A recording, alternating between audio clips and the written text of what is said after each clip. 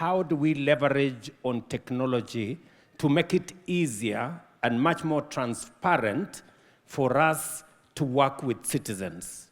I think right from the beginning, we started the journey to digitize government, because that is how a citizen sitting at home with his phone or her phone can register her business or can access government services.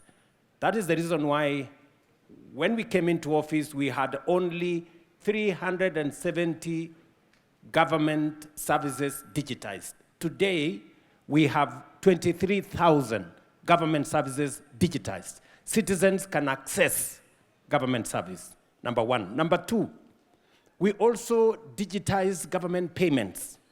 Government was transacting in cash. Cash has a problem. Today, we are a cashless government. We want to pay for all government services using e-citizen so that it becomes easier, there is a proper track record, and there is greater transparency in that process. This process of Nyata, the identification of the men and women sitting here today, was entirely a program on technology on a digital platform. And that is why there is nobody here who said they had to know anybody for them to be in this meeting today. Kuna mtu hapa, mimi nataka niwaulize, kuna mtu hapa ambaye ilimuhitaji ajuane na mjumbe ama na MCA ama na chief ama na rais ndio apate nafasi hii ya Nyota hapa? Correct.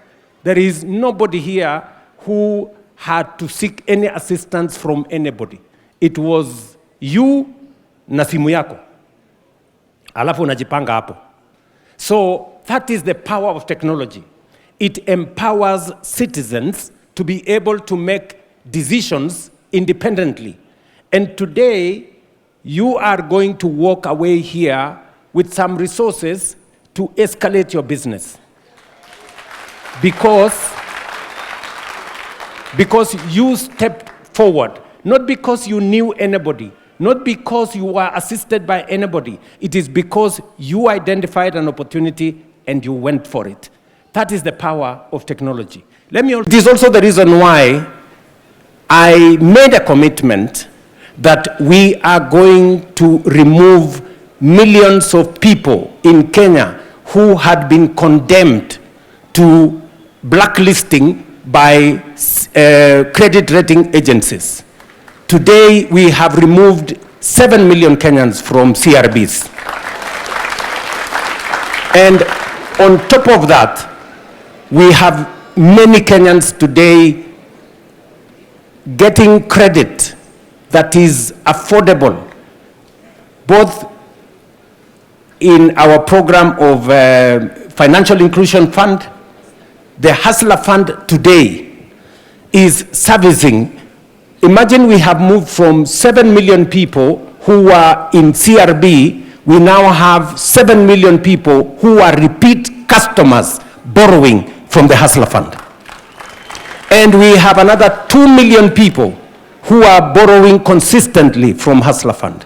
Every day, Hustler Fund is dispersing 80 million shillings every day to ordinary citizens.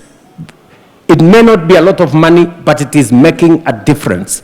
And I want to ask the beneficiaries here.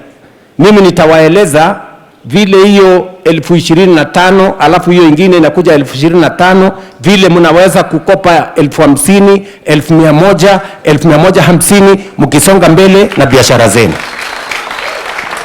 And it will all be on technology. In fact, technology and digitization has helped us change collateral in terms of borrowing.